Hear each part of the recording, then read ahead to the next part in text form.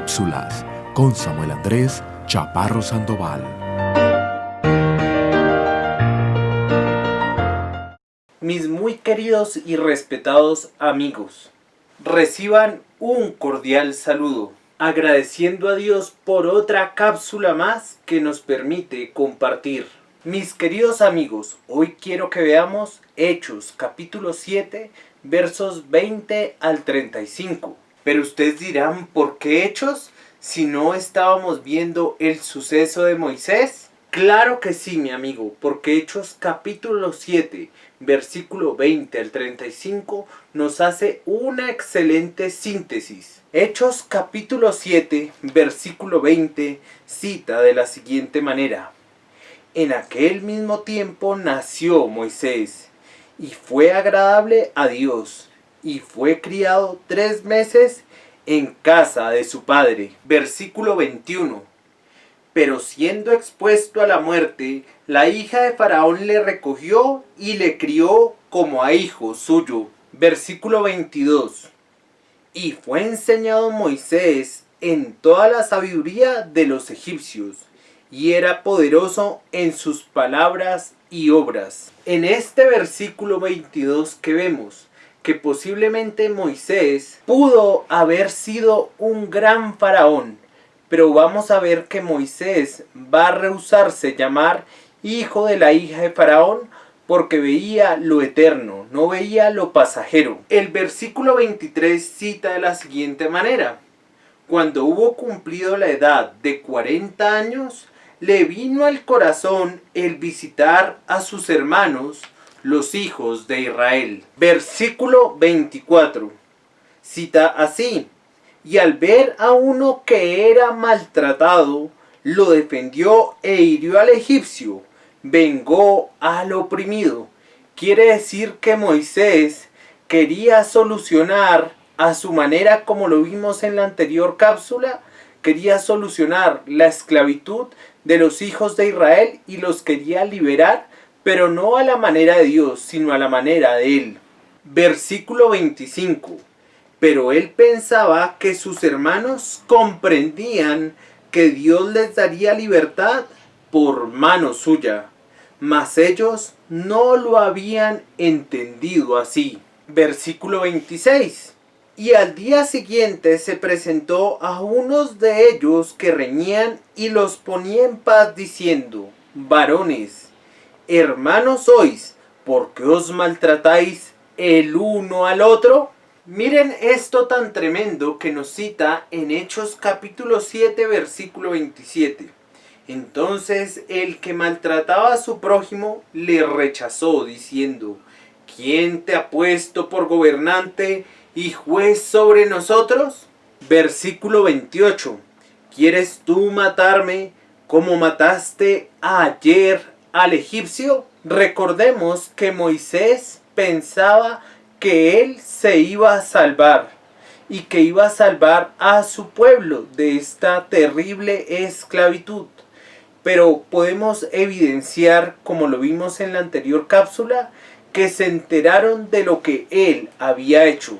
Entonces veamos qué va a hacer Moisés. Al oír esta palabra, Moisés huyó y vivió como extranjero en la tierra de Madián, donde engendró 2 hijos. Pasados 40 años, un ángel se le apareció en el desierto del monte Sinaí, en la llama de fuego de una zarza. Este versículo 30 es clave, porque, mi amigo, recordemos que Moisés tenía 40 años cuando salió de la tierra de Egipto, pero más adelante, ya cuando es una persona de la tercera edad, Dios a la edad de 80 años lo va a llamar. ¿Pero por qué lo llamó a esa edad?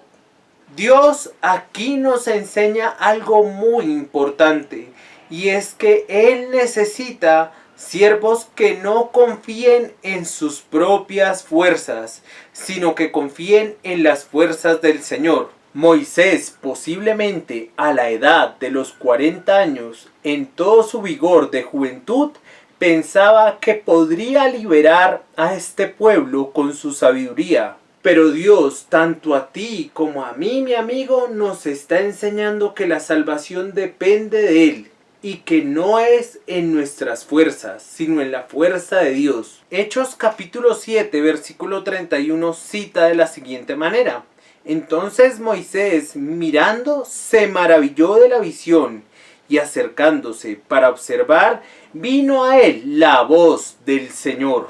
Hechos capítulo 7, verso 32 nos dice: yo soy el Dios de tus padres, el Dios de Abraham, el Dios de Isaac y el Dios de Jacob. Y Moisés, temblando, no se atrevía a mirar. Aquí, mi querido amigo, Dios a Moisés le está nombrando los 3 patriarcas. ¿Y cuáles eran los patriarcas? Recordemos, Abraham, Isaac y Jacob. Y recordemos que Dios le había hecho a ellos 3 promesas: una tierra, una descendencia, y que esa descendencia vendría nada más y nada menos que la tercera promesa, el libertador. Mi amigo, Dios ya había cumplido la promesa de una gran descendencia, pero aún faltaban 2 promesas: la promesa de tierra y la promesa de un libertador. Entonces lo maravilloso y lo bonito de aquí es que Dios va a utilizar a Moisés para cumplir sus propósitos.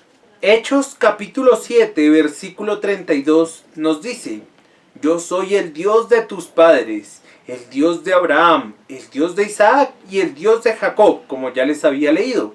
Ahora vamos al verso 33. Y le dijo el Señor: quita el calzado de tus pies, porque el lugar en que estás es tierra santa.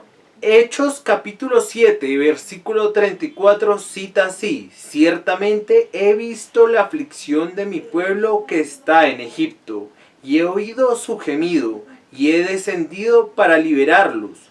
Ahora pues, ven, te enviaré a Egipto.